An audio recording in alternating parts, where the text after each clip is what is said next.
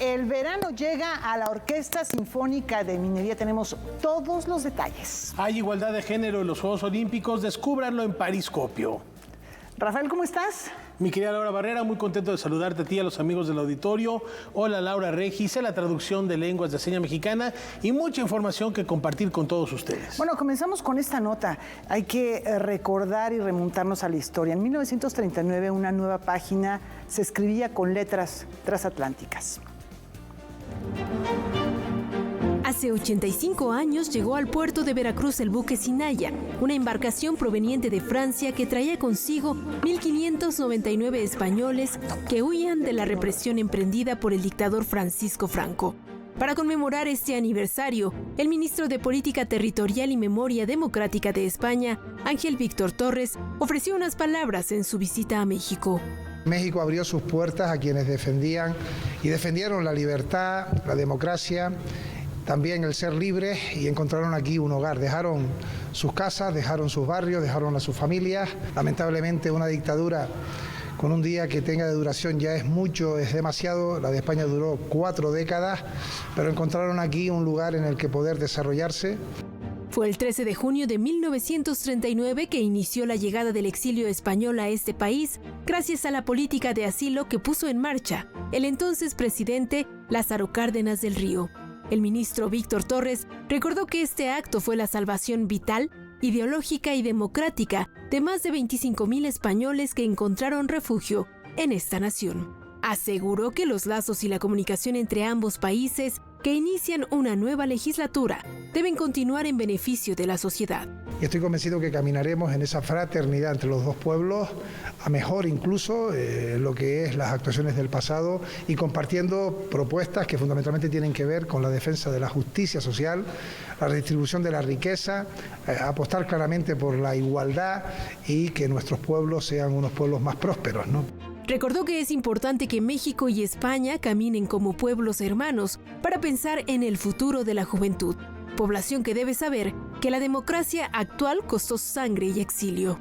Que tengamos una juventud que tenga una oportunidad de vivienda, una oportunidad para el futuro, que tenga sueños que se puedan cumplir y que también valoren lo que significa la democracia, ¿no? Y decir que hay amenazas, ¿no? Hay amenazas, como fueron las 4 décadas que tuvimos en nuestro país.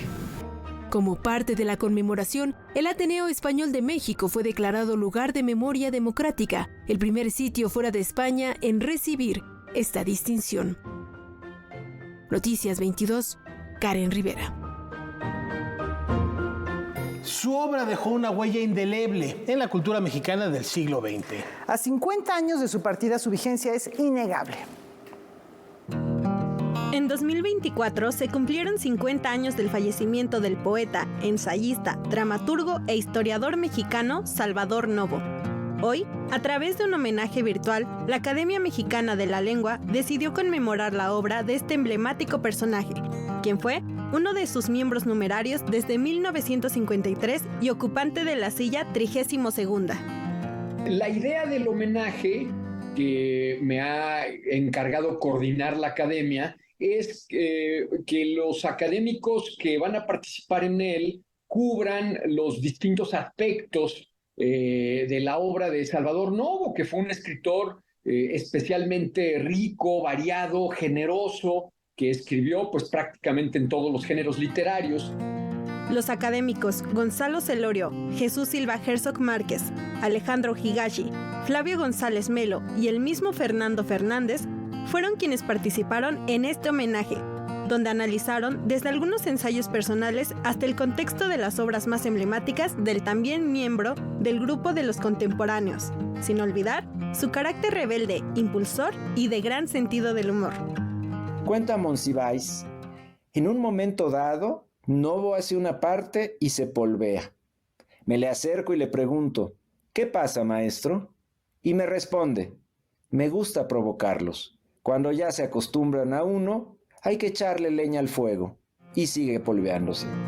Durante el homenaje se destacaron 2 de las obras que convierten a Salvador Novo en un personaje especialmente atractivo entre la juventud.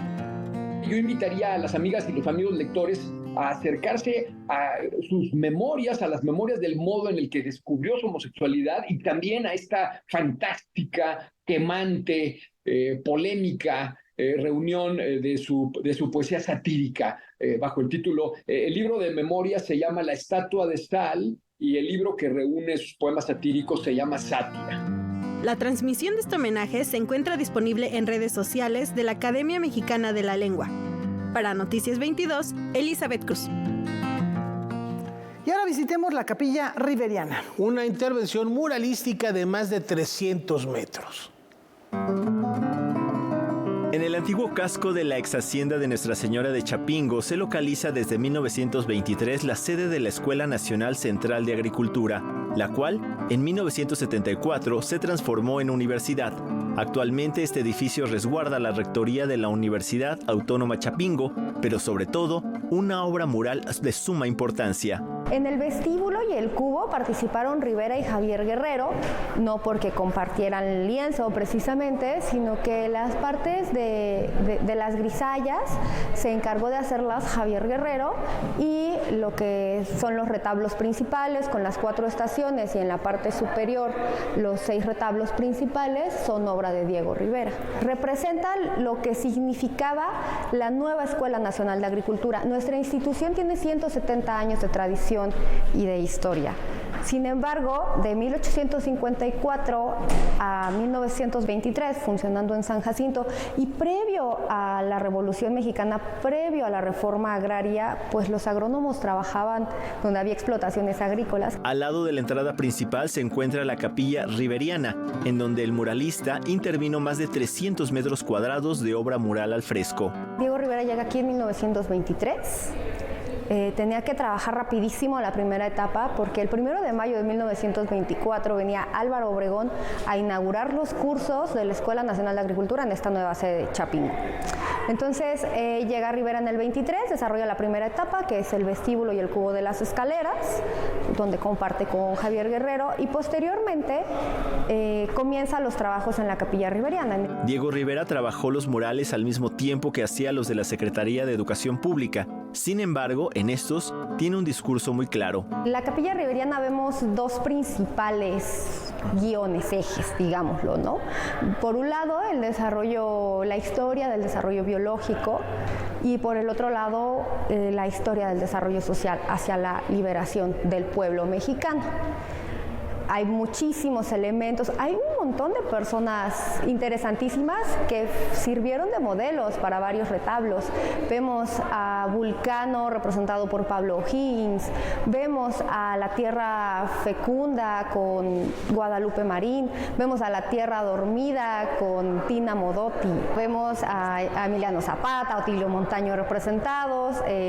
Desde la primera parte de la capilla nos recibe un martillo y una hoz, y en la parte superior, en el retablo inicial de la parte superior, vemos la estrella roja de 5 puntas con el símbolo del comunismo, lo vemos por todos lados. Noticias 22, Alberto Aranda. Les platicamos de un personaje que con su forma de hacer propaganda gráfica revolucionó el arte del cartel. Además de inmortalizar la esencia de la época de oro de nuestro cine. El exilio republicano español en México cumple 85 años y Procine, en conjunto con la Secretaría de Cultura de México y el Centro Cultural España, presentan la exposición Arte, Exilio y Cine Mexicano, del artista y publicista español Josep Renau. Nosotros estamos presentando 80 carteles de los 300 que él hizo. Tomamos un poco al arbitrio los carteles. Tratamos de tomar los más importantes. Películas extraordinarias que hizo el cine mexicano en la época de oro. La muestra es una aportación a la memoria de un hecho que marcó a España y al mundo, que también busca reconocer la historia de nuestro cine a través de los carteles creados por Josep. Cuando cumplió 75 años, el exilio, ellos publicaron con Conaculta un libro, ¿no? Un libro sobre sobre Joseph Renaud, y a partir de que nos platicaron de eso, nos enseñaron el libro, nos interesó entablar relación con Carlos Renaud y nos abrió las puertas de su casa, nos enseñó todos los archivos que tiene de su tío, ¿no? Es impresionante la forma en que trabajaba, yo me quedé impresionado. Las obras se distinguen por su técnica, introduciendo el uso del aerógrafo, definiendo un estilo artístico por sus composiciones, elementos gráficos y personajes de la época de oro del cine mexicano. Yo los invito a que vengan a ver la exposición. De verdad, son carteles que si ustedes los ven ahorita, en este momento, nadie podría decir que son hechos hace 70 y 80 años. Son carteles que al verlos tienen una frescura, que pueden ser vistos como que se realizaron hace 15 días. La colección de carteles estará en la Casa Refugio Citlaltépetl hasta el 17 de julio. La entrada es gratuita. Para Noticias 22, Iván Ramírez. Hay hojas de papel volando. Y se elevan entre letras y la tradición artesanal. En colaboración con la Estrategia Nacional de Lectura, la Dirección General de Culturas Populares, Indígenas y Urbanas impulsa la celebración de la primera fiesta del libro Hojas de Papel Volando, una iniciativa que busca difundir el nutrido catálogo de publicaciones que la institución ha generado a través de su programa editorial. Encontramos en algunas bodegas algunos libros, unos cuantas decenas de miles de libros que es importante que le lleguen a la gente. El evento tendrá lugar de forma simultánea a partir de hoy y hasta el domingo 16 de junio en más de 20 entidades del país a través de las unidades regionales de la Dirección de Culturas Populares y otras instancias. Esta serie de actividades tienen como objetivo no solamente la distribución gratuita de este material bibliográfico, sino también generar reflexiones, actividades de visibilización en torno a los conocimientos que se divulgan en estas colecciones. Pongo, por ejemplo, los recetarios que se han editado de las diferentes cocinas tradicionales de nuestro país.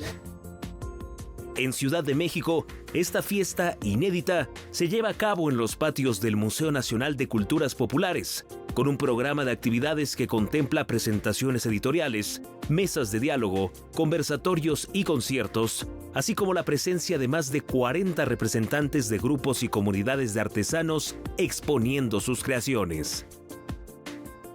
Actividades continuas desde las 10 de la mañana hasta las 7 de la tarde, música, muestra gastronómica, muestra artesanal, charlas, conferencias, actividades lúdicas para niños, dominó gigante, en fin. En el sitio web y redes sociales de la Dirección General de Culturas Populares podrá revisar el programa completo de actividades. Noticias 22, César H. Meléndez.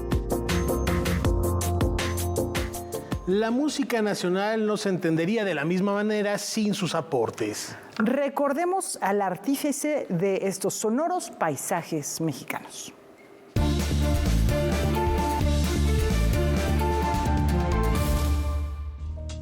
Carlos Chávez nació en la Ciudad de México el 13 de junio de 1899. Fue un compositor y director de orquesta y uno de los representantes e impulsores de la música del México moderno.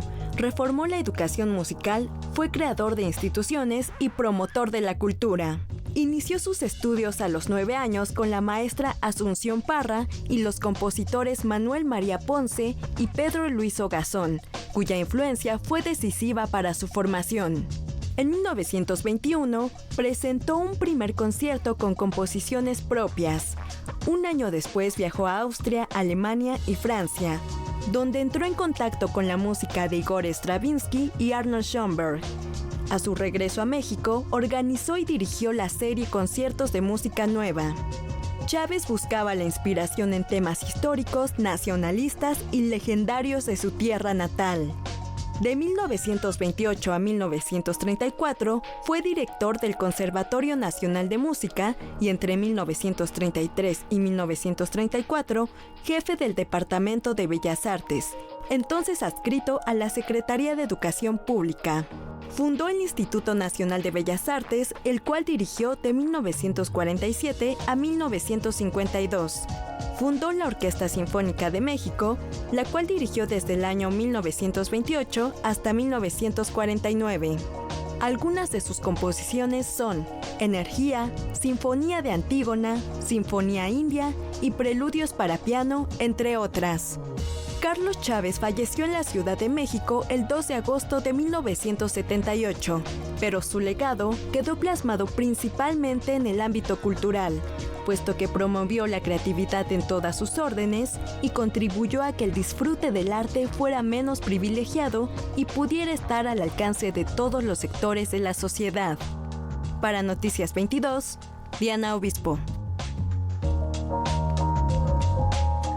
La frescura y la germinación son los temas centrales de esta propuesta artística. Vamos a conocerla. El arte es este espacio de libertad donde todos podemos caber, pero a mí me interesa también que tenga algo que decir. No solamente que esté presente la dimensión estética, la emocional, aquello que resulte placentero para la vista, sino también aquello que nos haga elaborar preguntas. ¿Por qué no? ¿Por qué no preguntarnos a través de una obra de arte? Santiago Robles toma elementos de la historia, la cultura contemporánea y reflexiona sobre la vida sustentable que tenemos. Todo lo decanta y nos comparte una serie de cuadros bajo el título Inselicayotl in Itzmolincayotl, o la frescura, la germinación. Bueno, pues es una revisión, esta exposición, del trabajo artístico que he desarrollado los últimos 10 años. Es una selección de trabajos y la verdad me siento muy contento porque creo que desde ese momento, desde tiempo atrás, se pueden ver estos intereses que estás mencionando, ¿no? Por un lado, ¿qué sucede actualmente con las identidades que concebimos como mexicanas o que nos involucran como comunidad? También qué pasa con el pasado, con las explicaciones fundacionales, con los mitos. La exposición, que actualmente se presenta en la Universidad Autónoma Chapingo, comienza con un códice que es reinterpretado para explicar la depredación de los recursos naturales. La muestra continúa con obra mixta, en donde Santiago juega con la temporalidad de la obra y continúa reflexionando sobre nuestra relación con la naturaleza.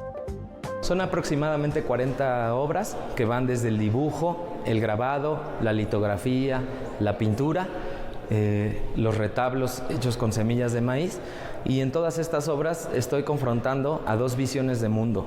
Por un lado, hay materiales que están hechos de manera con recursos naturales directamente, que tienen en ocasiones que esperar a que un ciclo de vida se cumpla para poder extraer esa pintura, ese tinte, y otros materiales como la pintura acrílica, por ejemplo, que es meramente un plástico que seca en unos cuantos segundos y que está producido industrialmente. Noticias 22, Alberto Aranda.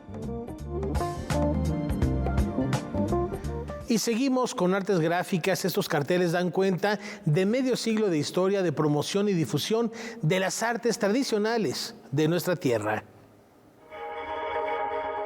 Con el objetivo de destacar el trabajo que ha permitido que se sostenga el Fondo Nacional para el Fomento de las Artesanías como un fideicomiso y sitio que reúne cultura, turismo y tradición, se llevó a cabo la mesa Fonart 50 años, un recorrido gráfico a través de sus carteles. En la sesión participaron la editora Margarita de Orellana, Víctor Montañez Alanís, diseñador del Fonart, y Elena Vázquez y de los Santos, directora de Operación y Proyectos Integrales para Artesanías, quienes se refirieron a los carteles que han permitido contar y guardar la historia de esta institución desde 1974 y hasta 2023. Son 347 carteles los que integran este recorrido gráfico que promueve las manifestaciones artísticas que han dejado huella en este fondo y que fueron realizados por artistas y artesanos con diferentes técnicas y estilos. Del total de estas propuestas, 243 fueron resultado de concursos nacionales, estatales y locales. En palabras de Margarita de Orellana, el cartel es el arte más antiguo que existe y así lo exhibe esta muestra reunida por Víctor Montañez. El llamado de los ponentes estuvo dirigido a los investigadores que deseen adentrarse a la historia del Fonart para realizar un registro a profundidad del papel que ha jugado esta institución en la vida cultural de México. Con información de Karen Rivera, Noticias 22. La condena no pierde vigencia mientras la metamorfosis continúa. Franz Kafka plasmó los más íntimos sentimientos en su obra. Su impacto en la literatura fue el centro de conversación en la mesa titulada Recordando a Kafka en el centenario de su fallecimiento, organizado por la Casa Universitaria del Libro. Es justamente un escritor misterioso, aparentemente sencillo. Entonces solo requiere de sensibilidad literaria, porque su pasión era la literatura. Y es decir, más que el sufrimiento, más que la soledad que amaba, ¿verdad? Más que ese tormento continuo, esa relación entre distante e íntima con la familia. Sintiéndose incomprendido, Kafka ocultó sus sentimientos en una especie de caparazón para que nadie lo tildara de bicho raro, y utilizó la escritura para expresarse. Bueno, yo creo que es inestimable. No cualquier autor amerita un adjetivo creado a partir de su apellido y hasta la fecha nos referimos a lo kafkiano, que se refiere a un sistema, digamos, de imágenes y experiencias cosas imaginarias que nos remite a la obra justamente de Franz Kafka. Así que eso ya no me puedo imaginar mayor gloria para un autor que de hecho haya publicado tan poco en vida, cuyas novelas permanecían inéditas a la hora de su temprana muerte. Existen temas en la obra del escritor checo que a pesar del tiempo siguen siendo vigentes. Para él, la justicia nunca aparecía, siempre fue la cosa invisible. Incluso tiene relatos en los que el mismo proceso, donde la justicia parece más bien una mala broma que nos juega a la vida o el destino. Releí mi cuento favorito, que es El artista del hambre, y ahora pensé, podría ser un influencer, ¿no? O sea, el artista enjaulado para el beneficio del público que acaba en esta inanición, ¿no? Destino tremendo, pues no sé, le puedo como hacer un paralelo con esta vida pública que existe hoy día en el mundo digital. Kafka murió a los 39 años a consecuencia de la tuberculosis. Fue autor de las obras Metamorfosis, El castillo y El proceso, en las que denuncia la agobiante burocracia, la violencia física y psicológica. Su obra ha sido una de las más influyentes de la literatura universal, especialmente en el expresionismo, existencialismo y en el realismo mágico. Noticias 22, Óscar Cortés. Rumbo a la gesta deportiva más importante del mundo en Noticias 22, volvemos la mirada a la capital francesa y tomamos el pulso al olimpismo desde el Periscopio. Veamos qué nos tiene esta semana Kimberly Armengol.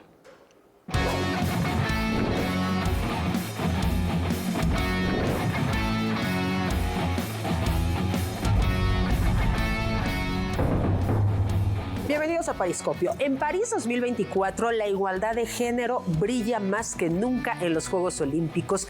Estos van a ser los primeros Juegos en la historia en alcanzar la paridad total de género, con un 50% de participación femenina y un 50% masculina.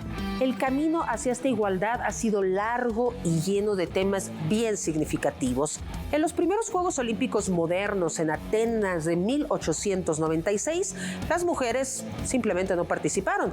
Sin embargo, todo cambia en París 1900, cuando las mujeres compitieron por primera vez, pero solo con 22 participantes en deportes como tenis, vela y golf.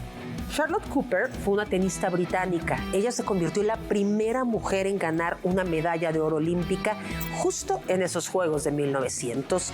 Desde ese entonces el progreso ha sido notable. En Londres 2012 todas las delegaciones incluyeron mujeres por primera vez. En Río 2016 se alcanzó una participación de 45% de participación femenina. París 2024 no solo celebra la participación igualitaria, sino también la visibilidad y el reconocimiento de las mujeres en el deporte. También en París se inauguran 3 pruebas mixtas como el relevo mixto.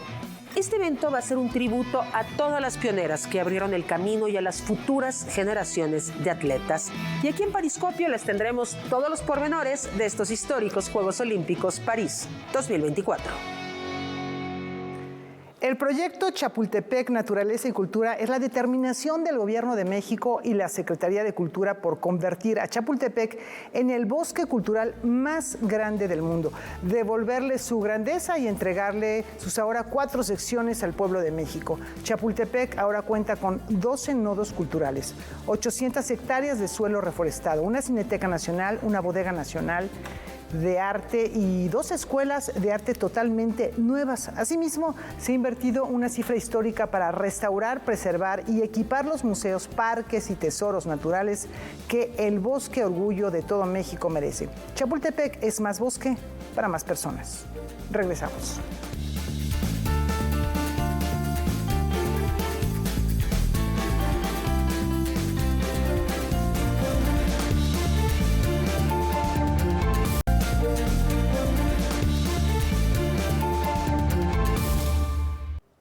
Llegó el momento de sumarnos a la tarea colectiva y leernos en otros.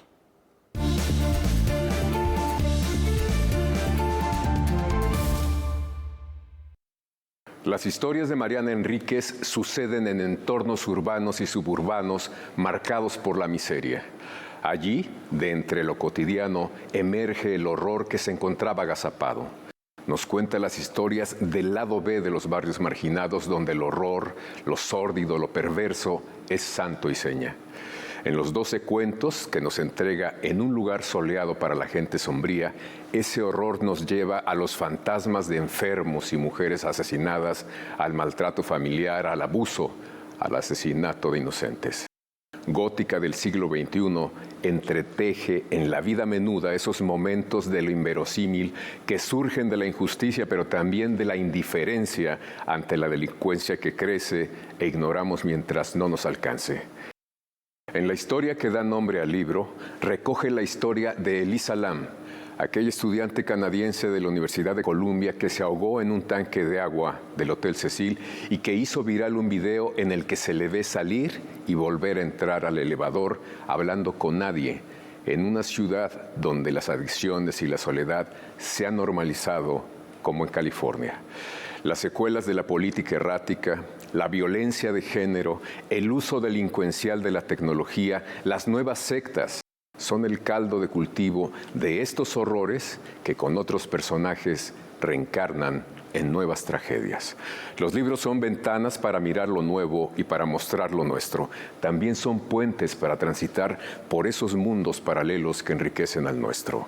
Cuénteme qué lee, porque la lectura es una tarea colectiva. Nos leemos en otros. La Sinfónica de Minería vuelve a vestir de música el verano. La Orquesta Sinfónica de Minería anunció este día la nueva temporada de verano 2024, un programa lleno de música acompañada de pláticas de apreciación musical. Es toda una temporada lo que estamos anunciando, ya durante 46 años o más. Esta orquesta ha tenido sus temporadas de verano que ocupan el mes entero de julio y el mes entero de agosto. En este caso son 9 semanas de conciertos que empiezan el 6 de julio y terminan el 1 de septiembre. Y son 8 conciertos de abono, que son cada uno espectacular, con solistas espectaculares, un repertorio increíble. Y la gala, que en este año es Carmina Burana. La orquesta ofrece un ambicioso recorrido acaparando más de 250 años de historia musical a través de obras de Mozart, Beethoven, Brahms, Mahler, Revueltas, entre otros. Todas las semanas hay algo absolutamente especial. Los solistas son increíbles. Cualquier orquesta tendría enorme orgullo de tener a estos solistas durante todo un año. Nosotros los tenemos en el verano aquí. Realmente es un regalo para los que somos parte. Es algo para lo cual llevamos trabajando mucho tiempo. Todo esto es para el público. Además, la temporada incluirá algunos conciertos familiares que van a ser este año manejados por el gran Mario Iván Martínez. Además de ser la ganadora de un Grammy Latino en la categoría Mejor Composición Clásica, se le reconoce como la agrupación hispanoamericana que cada temporada de verano congrega a las más grandes estrellas de la música internacional. El orgullo y el placer que es estar representando un proyecto con tal nivel artístico, con tan buenos músicos y con un público tan fiel. Realmente es una familia Minería y es una familia que este año tiene mucho que celebrar por los logros que se han tenido en los últimos meses. Los conciertos se llevarán a cabo en la Sala Nezahualcóyotl, los sábados a las 8 de la noche y los domingos a las 12 del día. Los boletos los podrás comprar en la página oficial de la orquesta y en las taquillas de la sala. Para Noticias 22, Iván Ramírez. En El Granero se cocina una propuesta escénica muy regia. Vasily Grossman. La noche está hecha para cucarachas, tlacuaches y sabios. Ole, Garoy. A partir de esta noche y hasta el 7 de julio, la compañía regiomontana Gorgús Teatro, nacida en 2005 y liderada por el director de escena Alberto Ontiveros, realizará una residencia artística en el Centro Cultural del Bosque de la Ciudad de México. Durante poco más de 3 semanas, la agrupación presentará 4 obras de su repertorio en el Teatro El Galeón Abramo Seransky, buscando que el público capitalino pueda hacerse una idea del estilo y estética particular que ha desarrollado a lo largo de los años. Trabajamos sobre lo histórico en la zona noreste del país, sobre lo desértico, sobre lo fronterizo, pero también sobre lo árido, sobre el monte. La residencia inicia hoy con la primera función de la obra de teatro Ole, Garoy, basada en la novela homónima de David Toscana, por la cual recibió el premio Javier Villaurrutia de Escritores para Escritores 2017. Son dispositivos distintos, son formatos distintos, entonces hay mucho del texto que pasa a ser acotación, hay mucho del texto que desaparece. Hay algo que me gustaría destacar. El lenguaje en el maestro David Toscana es increíble. Entonces, llevar el universo que él crea, llevar el universo, la melancolía toscaniana, llevar la escena es muy complejo, es muy complicado. La obra tendrá únicamente 3 funciones durante este fin de semana, una oportunidad imperdible para presenciar en escena a uno de los personajes más singulares surgidos de la literatura mexicana contemporánea. Los insomnes somos legión. Ole, Garoy es un insomne, una persona que no duerme, en los años 40 en el centro de Monterrey, que descubre por una noticia en el periódico lo que es el amor y lo que es la filosofía. A partir de esto, Toscana hace que este gran personaje que es Ole Garoy vaya hablando con diferentes corrientes filosóficas anteriores a Ole Garoy, posteriores a Ole Garoy. 20 de enfrente y 20 del reverso. Había muchas cosas que pensar. La oferta escénica que la compañía ha preparado para esta residencia incluye también las obras 404 Not Found, escrita, dirigida y actuada por Cassandra Collis, Oasis o No nos estamos moviendo, con dramaturgia y dirección de José Olivares, y sobre Ofelia, una flor, de Fernanda del Monte. En las redes sociales de Gorgús Teatro podrá conocer las fechas y horarios de sus presentaciones. La buena literatura, la que combina. Noticias 22, César H. Meléndez. Para afrontar un cambio de vida, a veces se necesita todo el silencio. El Festival Mix México 2024, Cine, Diversidad Sexual y de Género, celebra su 28 aniversario. Esta edición será inaugurada con la presentación de Todo el Silencio, largometraje y ópera prima del director mexicano de cine y teatro, Diego del Río, que ha participado en festivales internacionales como el Festival de Cine de Varsovia y en International Film Festival de Río de Janeiro. Personalmente creo que hace mucho sentido que una película ópera prima de un cineasta que viene del teatro, miembro también del colectivo LGBT, que pueda estrenarse dentro de este festival, pues es una triple emoción. Entonces, con mucho orgullo vamos a estar ahí inaugurándolo y compartiendo con películas muy interesantes de una cartelera que se ve pues que va a estar muy nutrida. Todo el Silencio acompaña el proceso de duelo y de readaptación frente a una nueva condición de vida. Que está la mujer oyente que nació en un mundo de sordos, la que está perdiendo la audición pero no le ha dicho a los demás, la que no escucha pero lee labios pero no habla lengua de señas. Hay una diversidad enorme que nos convoca justo a esa pregunta. ¿Cómo percibo yo el mundo y cómo lo percibe el otro? Y eso pues apuesta a una empatía, no nada más por el proceso de duelo de la pérdida del personaje, sino por el proceso de pensar que todos estamos siempre en el intento genuino de una comunicación desde las herramientas con las que contamos. La inauguración del festival tendrá lugar en el Teatro de la Ciudad Esperanza Iris el 20 de junio. Perdóname, Claudia, no la escuché.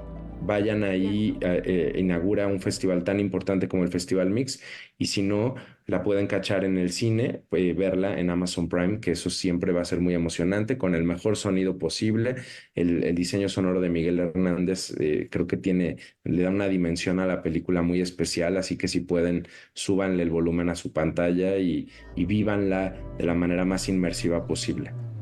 Históricamente, el festival presenta el trabajo de los mejores creadores de cine audiovisual pertenecientes a la comunidad LGBT+. Y este año participarán 8 filmes que competirán por el Premio Mariposa del Festival Mix. Podrás asistir de manera gratuita adquiriendo los boletos que repartirán en la taquilla del teatro a partir de las 4 de la tarde. Para Noticias 22, Elizabeth Cruz. Veamos qué propuesta nos tiene esta noche el crítico de cine Leonardo García Sao. Maestro, adelante. Hola, ¿qué tal? Buenas noches. En una colaboración entre el FICUNAM, el Festival Universitario y la plataforma Movie, Canal 22 presenta el estreno en televisión abierta de Crímenes del Futuro, la película dirigida por el canadiense David Cronenberg en 2022, con la que compitió en el Festival de Cannes de ese mismo año. Esta muestra de ciencia ficción se sitúa en una especie de futuro lúgubre, donde los actores Viggo Mortensen y Léa Seydoux interpretan a un par de artistas de performance, cuyo acto consiste en realizar cirugías públicas en los cuales ella extirpa los órganos que a él le crecen como tumores. Pero pocas cosas se escenifican en pantalla, pues la mayor parte del tiempo se dedica a ver cómo esos freaks del futuro hablan con un idioma entre técnico y orgánico, pues ese ha sido el tema central de la filmografía de Cronenberg. Vestido como la muerte en El séptimo sello de Ingmar Bergman, Mortensen susurra casi todos sus diálogos, incluso cuando una burócrata, interpretada por Kristen Stewart en un papel breve, se le lanza abiertamente. La cirugía es el nuevo sexo, se afirma en un momento. No esperen nada convencional en esta realización. Cronenberg es todo menos complaciente con su público. Crímenes del Futuro se exhibe este próximo domingo, 16 de junio, después del programa Encuadre Iberoamericano. No se lo pierdan, nos vemos la próxima semana. Hasta la próxima. Muchísimas gracias, Leonardo. Y bueno, parece que esto es el mundo al revés. Ahora descalifican a un fotógrafo por participar con una imagen real en un certamen de inteligencias artificiales.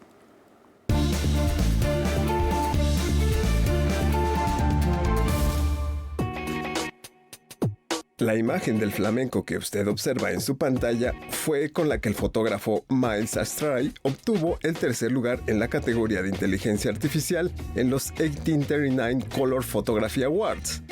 En el certamen, además, se llevó el premio People's Votes Award. Sin embargo, fue descalificado tras conocerse que no utilizó inteligencia artificial para la composición. Los jurados del concurso, fotógrafos que trabajan para sitios como Getty Images, The New York Times, Byron Press, Christie's y Maddox Gallery, no encontraron que la foto fuera real. No obstante, los organizadores del concurso determinaron la descalificación en consideración a los demás artistas. La intención de Astray, según declaró a Petapixel, era demostrar que la naturaleza aún puede vencer a la máquina y que el trabajo real de creativos reales siguen teniendo mérito. Y afirmó que con este truco demuestra que no hay nada más fantástico y creativo que la madre naturaleza. Noticias 22. Esta obsesión trasciende el tiempo bajo el clamor de No nos moverán. En la contienda por el Premio Mezcal del Festival Internacional de Cine en Guadalajara, Pierre Saint-Martin participa con su ópera prima No nos moverán, una historia que nos reencuentra con los estragos y los sentimientos de la tragedia de Tlatelolco de 1968. Después de años, Socorro sigue obsesionada con la búsqueda del soldado que mató a su hermano en la movilización estudiantil. Ella descubre una pista que pudiera dar con su paradero, y siendo una abogada comprometida con el concepto básico de justicia, su plan es aplicar la ley del talión. Lo que intentamos hacer con la película es hacer una fábula acerca de la venganza, pues, ¿no? Encontrar el absurdo, pero que al mismo tiempo tiene muchos detonantes, digamos, emocionalmente lógicos. Es una emoción que tenemos todos, que hemos querido, que pensamos, y que en muchas ocasiones sucede que no tenemos la justicia. Pierre Saint-Martin concibe esta película, sí, para evidenciar que la justicia solo existe para los ricos y los poderosos en nuestro país, pero también como una carta para su madre, pues ella perdió a su hermano en el mismo año. En el inicio, mi tío falleció en el año de 1968, no fue militante y no falleció, digamos, por el movimiento estudiantil. Sin embargo, bueno, pues eso fue una cosa que, ese hecho fue una cosa que mi madre siempre llevó en su corazón y le ocasionó mucha culpa. Eso me hizo sentir la cercanía para poder hablar acerca de, desde un tiempo presente, de las reminiscencias, ¿no? del 68 en la época actual. No nos moverán cuenta con las actuaciones de Agustina Quincy, José Alberto Patiño, Rebeca Manríquez y es protagonizada por la primera actriz Luisa Huertas. Luisa es una actriz ultra disciplinada, muy entregada emocionalmente y creo que con este proyecto ella encontró también cosas para exorcizar, digamos, ¿no? Para poder confrontar cosas que habían quedado en el pasado y que es un poco también como la temática de la película. Entonces fue muy afortunado porque ella sí fue militante del 68 y digamos que también tuvo como un asunto de una pérdida que ella quiso comunicar ahí. Entonces fue, la verdad, como algo muy orgánico que se fue dando y que se fueron uniendo las piezas. La película se estrenó en el Festival de Cine de Toulouse en Francia y obtuvo 3 reconocimientos: el Premio Ficción de los Alumnos, el Premio del Sindicato Francés de la Crítica de Cine y el Premio Cas de Ficción. También en el Festival de Annecy ganó el premio a Mejor Película y el premio del jurado.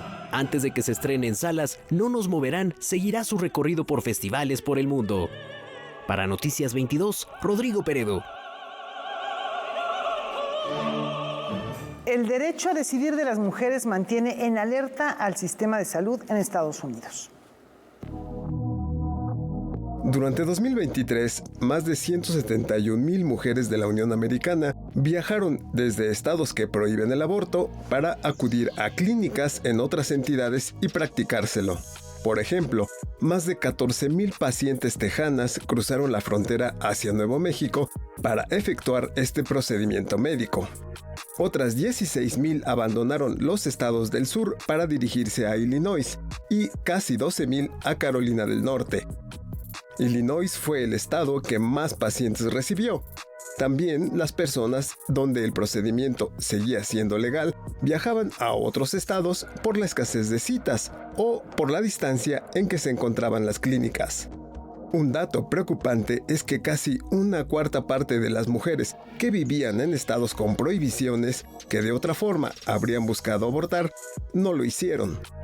El diario The New York Times conversó con Amy Hangstrom Miller, fundadora de Walls Woman Health, que administra clínicas en Maryland, Minnesota, Nuevo México y Virginia, quien explica que un aborto dura menos de 10 minutos. Sin embargo, tiene pacientes que viajan cientos de miles de kilómetros para practicárselo. Las clínicas ahora han adaptado sus instalaciones para quienes han manejado toda la noche para que puedan tomar una siesta. Incluso disponen de salas de espera para niños. Por su parte, Illinois ha invertido más de $23 millones para ampliar el acceso al aborto y la atención de la salud reproductiva desde 2022. Noticias 22. Ahora prepárense para vivir una experiencia distinta y emprendamos un viaje al país de los tarahumaras. En su búsqueda por reencontrar la esencia del teatro, Antoine Artaud visitó México en 1936. Cuando llegó con los rarámuris, quedó marcado de por vida. Para él, el teatro se conectaba con los rituales y él estaba seguro que aquí en México iba a encontrar como un renacimiento de lo que él quería llevar a Europa, como un teatro ritual y que se relacionara de nuevo con la tierra, con los astros y con los espíritus, ¿no? El dramaturgo francés encontró más de lo esperado y dejó registro de su travesía en Viaje al país de los tarahumaras. Federico Secchetti se interesó por este trabajo y decidió aproximarse desde el cine con la película Hikuri. El libro es muy interesante porque está dividido en dos un poco. En la primera parte él narra como muy en primera persona el viaje a la sierra y básicamente fue lo que él escribió durante ese viaje. Y luego en la segunda parte él desde el manicomio digamos que recapitula, recuerda y reconstruye ese viaje. Para su película respetó la estructura del escrito y usando la narración de un joven tarahumara y la de Artaud. Pero ¿por qué el autor después de su viaje ingresó al manicomio? Cuenta la historia que se expuso a la llamada danza del peyote, donde los tarahumaras invocan entre otros al espíritu del Hikuri. Pero no solo eso, Artaud no siguió las reglas que marcan la tradición, quizá por un aire de soberbia. Él, si quería participar en ese ritual, correctamente lo tenía que hacer 3 veces. La danza del Hikuri se tiene que hacer 3 veces. Y si no la haces 3 veces, el Hikuri te quita tu alma y, por consecuencia, te vuelves loco. Creo que mucho por la influencia de la Iglesia Católica, pues el ritual del Hikuri fue satanizado, ¿no? Entonces, ahora el 95% de la sierra lo relaciona como con cosas satánicas. La película de Secchetti es un drama coproducido entre México, Estados Unidos y Francia. Esta ficción se apropia de su género y también tiene algunos tintes de documental. Hikuri, Viaje al país de los tarahumaras, compite en la 39ª entrega del Festival Internacional de Cine en Guadalajara por el Premio Mezcal. Se espera que llegue a salas mexicanas en 2025. Para Noticias 22, Rodrigo Peredo. Verónica Murguía reedita un libro que nos remonta a una etapa fascinante de la historia, la Edad Media. Publicado por primera vez en 2003, El Ángel de Nicolás, de Verónica Murguía, llega a su tercera reedición en 2024, conservando la densidad histórica y narrativa que su autora le imprimió, con lecturas históricas y religiosas. Son 7 preguntas sobre la naturaleza humana, hechas en diferentes momentos de la historia, pero ninguno de esos momentos supera la Edad Media. O sea, quiero decir, todos ocurren antes de la caída de Constantinopla. El primer cuento es sobre el poder y los seres indefensos, y se trata de una anécdota que es más o menos conocida, cuando Federico II de Sicilia consiguió 20 bebés para averiguar qué idioma se hablaba en el paraíso. La lealtad en un cuento que se llama El Converso, porque habría que recordar que no hubo evangelización solamente en América. En Europa la evangelización fue un rollo porque la gente se opone a que le maten y le tiren y le destruyan sus dioses. El idioma del paraíso, Mutanabi, El Ángel de Nicolás, La Piedra, El Converso, La Mujer de Lot y Marcias son estos 7 cuentos cuyo tono grave ha sido comparado con las cuerdas de un instrumento musical. Una calificación que le hizo al tono de estos cuentos un escritor que se llama Carlos María Domínguez. Es un escritor uruguayo. Me dijo, es que es puro cello, en el sentido que el tono es grave y es solemne, y los asuntos que trata son duros, ¿no? Entonces, bueno, pues yo supongo, yo estoy segura, en la literatura hay todo tipo de literatura. Yo también escribo literatura para niños y ahí pues no escribo así. Verónica Murguía se pronuncia por la risa y la alegría. Una alegría que destaca como una potestad del Espíritu Santo. Una risa que, no obstante, no está presente en la religión. La verdad es que en las religiones monoteístas hay poco chance de reírse. Lo decía el ayatollah Khomeini, decía no hay nada de diversión en el Islam y híjole, le echó ganas a cumplirlo, ¿eh? Y en El nombre de la rosa de Eco, pues Jorge de Burgos quema toda la biblioteca y mata a todos los monjes para que no se rían, ¿no? Porque van a descubrir un libro de Aristóteles sobre la risa. El ángel de Nicolás aparece en Editorial Era. Noticias 22, Víctor Gaspar.